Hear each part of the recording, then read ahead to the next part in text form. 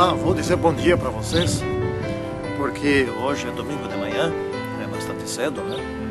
Estamos aqui em Ijuí, Rio Grande do Sul, numa temperatura extremamente agradável. É a temperatura celeste, não é? 22 graus, maravilha! Estamos indo para o inverno, já começou o outono. Hoje é dia 24 de março e estamos então nos preparando para o estudo da lição. Vamos orar. Santíssimo e poderoso Deus, abençoe esse nosso estudo e abençoe todas as pessoas que o fizerem, que sejam transformadas. Em nome do Senhor Jesus Cristo. Amém. Muito bem. Nesta semana estamos estudando a lição número 3 do segundo trimestre de 2013. Não é? Estamos tendo uma sensação de que são as últimas lições, né? Preparatórias para o céu. Quantas mais ainda nós teremos? Não muitas, podem ter certeza. E esta semana é sobre Joel, o livro de Joel. Um livro muito adequado para os israelitas, para o povo de Deus naqueles tempos antigos. E ainda mais adequado para nós hoje. Um livro fantástico, nós vamos ler e vamos ver coisas maravilhosas neste livro. Um Deus santo e justo. É o título da nossa lição. Vou ler aqui o verso áureo. Vamos ver. Não temas, ó terra, regozija-te e alegra-te, porque o Senhor fez grandes coisas. A palavra básica, a expressão básica aqui, não temas. E esta foi dita no tempo em que Israel estava sofrendo. Não é? Então temos que aprender aqui a respeito desse sofrimento, que como que pode uma coisa dessa, né? O sofrimento, no meio do sofrimento dizer assim, mas não temas. Logo, o sofrimento deve ter alguma justificativa boa. Não é um castigo para machucar, para acabar, não é extermínio, não é destruição, não, nada disso. Esse castigo deve ter algum motivo ruim e tem por objetivo levar a alguma situação boa. Não é? Isso que é o mais importante que nós temos que aprender aqui dessas lições desta semana. Olha o problema de Israel e vamos comparar com o problema nosso, do povo dos últimos dias. O problema de Israel era a idolatria. E aqui nós poderíamos colocar, quem sabe substituir o título da lição dessa semana, que é um título muito bom, mas podemos colocar um outro ou um subtítulo, coisa assim. Povo de Deus, idolatria de novo. Que coisa! Como eles gostavam da idolatria, não é? Mas como gostavam. E quem sabe poderíamos substituir esse título aqui de um Deus santo e justo por outro, não é? Povo de Deus dos últimos dias. Mundanismo de novo. É ou não é? Pois é, o nosso velho problema, não é? Então aquele povo sofreu porque eles viviam voltando à idolatria dos seus povos ao redor. Nós sofremos e sofreremos, deveremos ser sacudidos, devemos nos reavivar. Por quê? Porque caímos e recaímos ao mundanismo daqueles que vivem ao nosso redor. Não é? Infelizmente, é a luta. Ninguém está imune a essa luta. Nem eu que estou falando aqui, ninguém. Mas ninguém mesmo. Não é? Então o que aconteceu? Foi um desastre nacional lá. O que aconteceu lá? Não é? Bom, primeiro vieram os gafanhotos cortadores, né? Depois, em segundo lugar, vieram os gafanhotos migradores. Em terceiro lugar, vieram os gafanhotos devoradores. Poxa, mas não terminou ainda? Não, falta ainda o gafanhoto destruidor. E para concluir, sabe o que mais faltava e ainda veio? A seca. Tenta imaginar a situação. Tenta imaginar. 4 hordas de gafanhotos, uma atrás da outra. Sobrou alguma folha verde? Sobrou alguma coisa que ainda pudesse ser comido? É de se imaginar que não. Aí vem a seca e as plantas morrem, né? Aí não tem semente. Aí a terra não produz, não dá para nem lavrar a terra, né? As árvores morrem. Quando morrem árvores, uma seca que mata árvores, e foi o caso aqui naquela época, quando a seca mata árvores, leva 1 década, 2 décadas para repor aquelas que morreram, até que elas produzam, né, há árvores que levam tempo para produzir, outras não levam tanto, outras levam 3, 4 anos, já em 2 anos eles produzem, mas produz pouquinho, né? Que desastre foi aquele? Ô povo de Deus, como é que isso chegou a esse ponto, não é? Então Joel aqui, ele fez uma conclamação, depois que perderam tudo, mas tudo, façam um jejum, não é? Façam um jejum. Eles tinham passado pela situação aqui, nós vamos ler um trecho aqui do livro Testemunhos para Ministros e Obreiros Evangélicos, está na página 514 e também um trecho ainda na 515. Para nós hoje, ó, escutem bem, será bom considerarmos o que está prestes a sobrevir à Terra. Não é esse um tempo para frivolidades ou para egoísmo. Se o tempo em que vivemos deixar de nos impressionar seriamente o Espírito, que nos poderá atingir então? Gente, se os sinais que estão acontecendo, não é? Essas catástrofes que estão acontecendo aqui no Brasil, em todos os lugares do mundo, agora mesmo está aí uma seca no Nordeste, aí, norte da Bahia, etc., que é uma coisa impressionante. Em outros lugares chovendo demais, e não muito longe dali, dentro do mesmo país. Se isto não nos chama atenção, que poderá então nos atingir? Que coisas poderão acontecer então para nos chamar a atenção, né? Não requer nas Escrituras trabalho mais puro e santo do que até aqui se tem visto?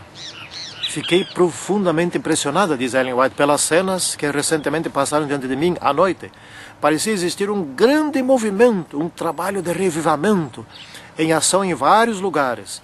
Nosso povo movia-se em linha e respondia ao apelo de Deus. Meus irmãos, o Senhor está falando a cada um de nós. Não ouviremos a sua voz? Irmãos, a Igreja Adventista do Sétimo Dia está em pleno reavivamento. E você, eu e você, estamos participando do reavivamento? Essa é hoje a grande pergunta, né? Nós estamos nos reavivando, porque é cada um que vai se reavivar por si. Então Joel aqui recomendou um jejum, né?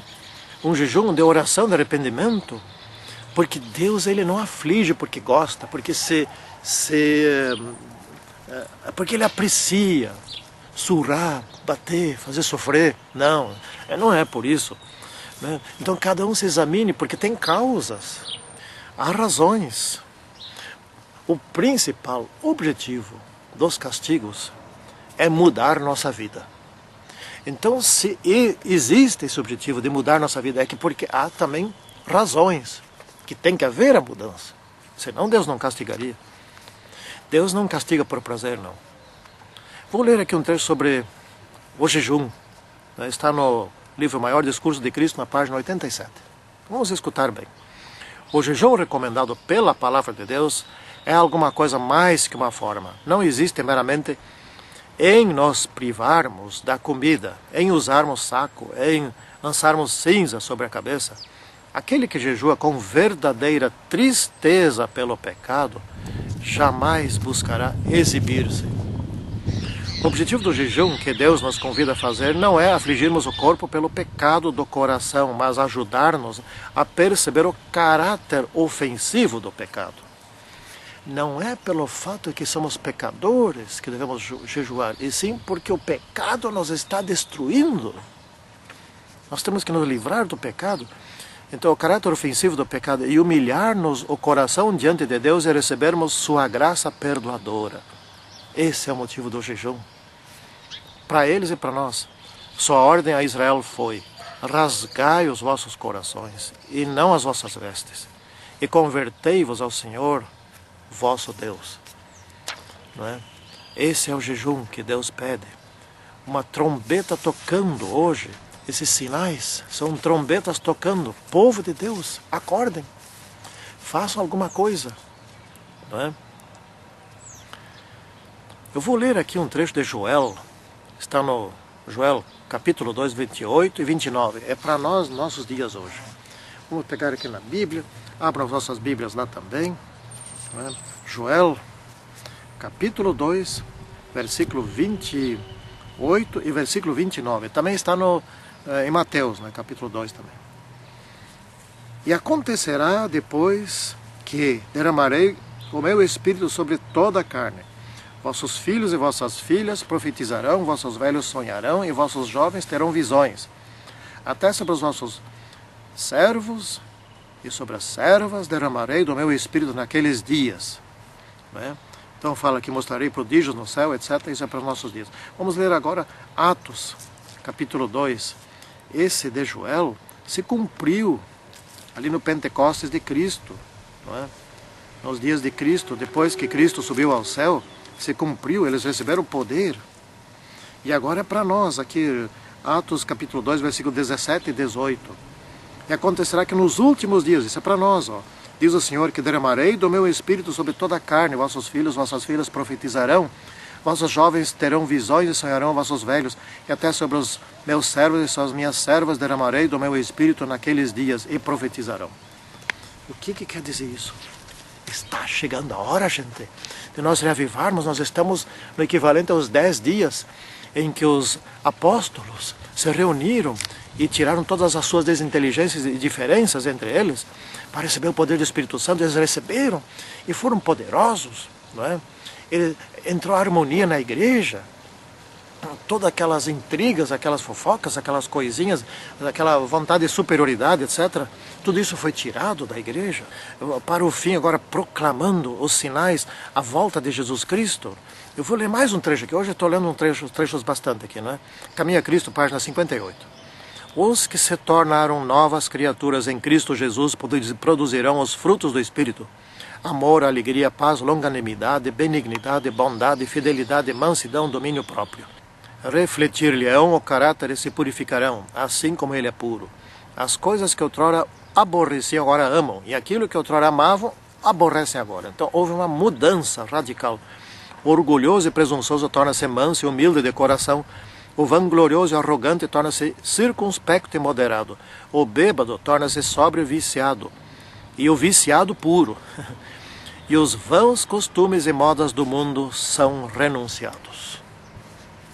Naqueles tempos, precisamos renunciar à idolatria. Nós, em nossos tempos, precisamos nos tornar humildes, mansos, aqui na terra, para lá no céu termos aquilo que a gente muitas vezes tanto procura aqui na terra, né? Bom, enfim, refúgio em tempos de prova. É dito que o seu povo, o povo de Israel, os filhos de Deus, não perderão a vida eterna se se mantiverem fiéis. Nós devemos temer, sim, devemos temer. Temer quem? Aqueles que podem tirar nossa vida eterna. Não devemos temer aqueles que, enfim, podem nos matar. Entra um ladrão na nossa casa, e como tem hoje, né? Entra um ladrão, ou no carro, ou na rua, qualquer lugar, uma bala perdida, sei lá. A qualquer momento, um de nós pode ser atingido. E quantos já foram, né? Do nosso meio, pessoas lindas, pessoas queridas, pessoas maravilhosas, servas de Deus, foram atingidos num desastre, num acidente de automóvel. Não tenhamos medo destas coisas. Isso é sofrido, é triste. Sim, claro. Mas disto nós não devemos ter medo. O que nós devemos ter medo é do demônio de Satanás, dos seus anjos e dos seres humanos que são capazes de nos tirar do caminho da vida eterna. Nós devemos ter medo. Vamos ser mais claros e diretos: da televisão, né? Das novelas, dos jogos de futebol, dos Big Brothers, da Fazenda, enfim, das revistas, dos filmes, dos vídeos pornográficos, dessas coisas do mundo que atraem tantos.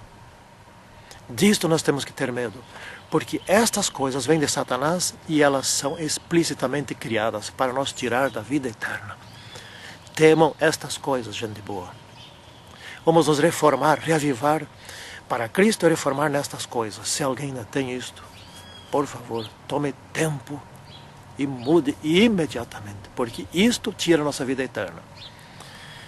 Santíssimo Senhor Deus que estás nos céus, muito obrigado, porque Tu estás conosco nesses últimos dias.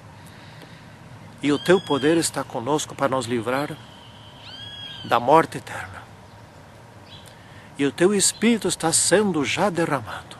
E vai ser derramado muito mais ainda neste reavivamento que já está entre nós. Que eu que estou orando aqui e todos aqueles que estão ouvindo este pequeno vídeo possamos nos reavivar e fortalecer em Cristo e viver eternamente. Em nome do Senhor Jesus Cristo. Amém. Tchau. Até o próximo estudo.